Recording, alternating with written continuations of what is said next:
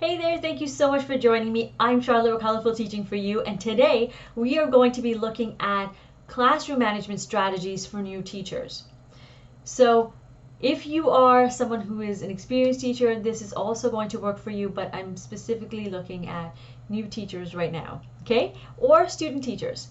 So it doesn't matter what's going on in your class. If you have an easy class, that's great. But for many of us, including myself, the first year is not an easy task. You have to take care of a class all by yourself. You've got to take care of your kids, right? And their needs. A lot of the times you're going to have kids who can be disruptive, or kids who are struggling either at home or in school, and it's going to have a ripple effect in your classroom. Now, this is not to scare you, because you've got this. You are in this profession, and so we're going to work on this together right now, okay? Now, while there's a lot of websites out there that are going to give you 10 to 50 different classroom management strategies, I highly recommend letting go of all of those, because that's way too much when you're first starting out. Let's master these 4, and then you can add more into your day and as part of your tool belt. Cool? Now, the first thing I want you to think about before we even start the strategies is your curriculum. Let go of it for right now. You're not going to be able to teach your curriculum without focusing on classroom management first. So let's think about curriculum as being something you're going to throw away for right now, and you're going to come back to it. But we're going to focus on classroom management right now. So the first strategy you're going to be using is having clear rules and consequences, okay? So here you're going to actually plan your consequences or your rules in advance first, and the consequences that go with it. They don't have to be negative consequences, right? But you want to have a clear idea where you're going. When you come into your classroom, you're going to discuss this with your kids. You're going to invite them to also add to this list, or they might want to make some changes. That's okay. So we're going to agree upon this together. Then you're going to write it up. You're going to have this somewhere in a visible space. All of your kids are going to be invited to actually sign their name, because once they sign it, they now take ownership of this as being part of your class. So when, say, a child misses an assignment, what's going to happen? Is it going to be, are marks going to be deducted? Do they need to work on the task at recess? What exactly do they need to do? It's not something you need to be thinking about, because in that moment it's already you've already thought about it in advance, and it's in a visible spot. So the kids know, oops, missed an assignment, this is what's going to happen. Okay? You're not chasing anyone then. So have those clear rules and expectations and set it right from the beginning. I mean, really, on your first day, whether you start on the first day of school or if you're starting in the middle of the year, it doesn't matter. Whenever your first day is, start with those clear expectations and those consequences. The next one is discover your teacher voice. Okay, yes, this is important. No, you're more than likely not going to get it the first try or even the first few tries. It took me a while to get my teacher voice as well, and that's okay. What you're going to do here is you're going to find some teachers that you admire, and you're going to observe the way they behave. Look at their posture, look at their body language, look at their voice when they want to switch from one topic to the next or transition their kids from one environment to another. What do they do? How do they stand? What do they say? Listen to the tone of their voice, right? I went to a bunch of different classes before I started to find my voice.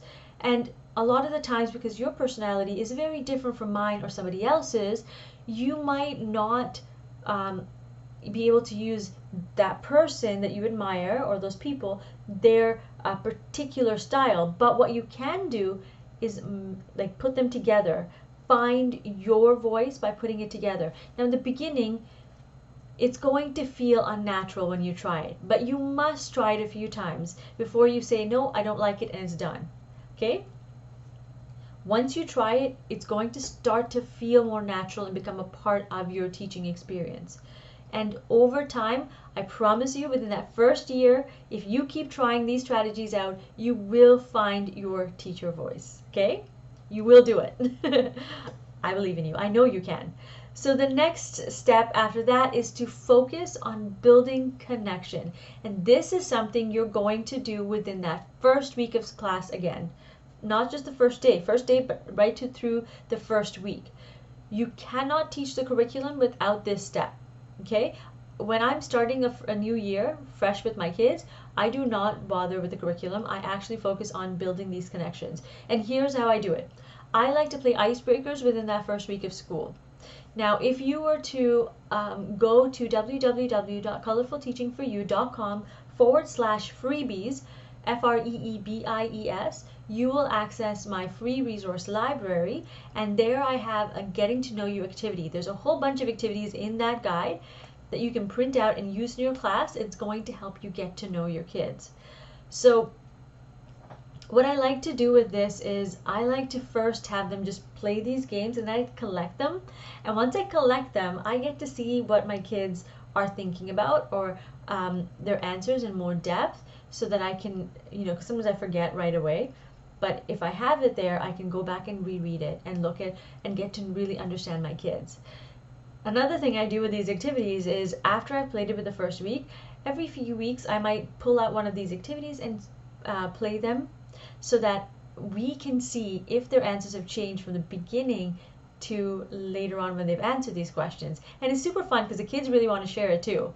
So getting to know you activities at the very beginning is so important, because it also helps build that classroom community and develop that trust between you and your students. Okay, and I talked about trust in last week's article about classroom management, so please make sure that this is a step you don't want to miss. Okay, and again, if you want that access to the free resource library and a getting to know you activity, www.colorfulteachingforyou.com/freebies. Okay. Now the fourth strategy is start with a firm grip. Now it sounds much nicer than actually, well, it is much nicer than it sounds, okay?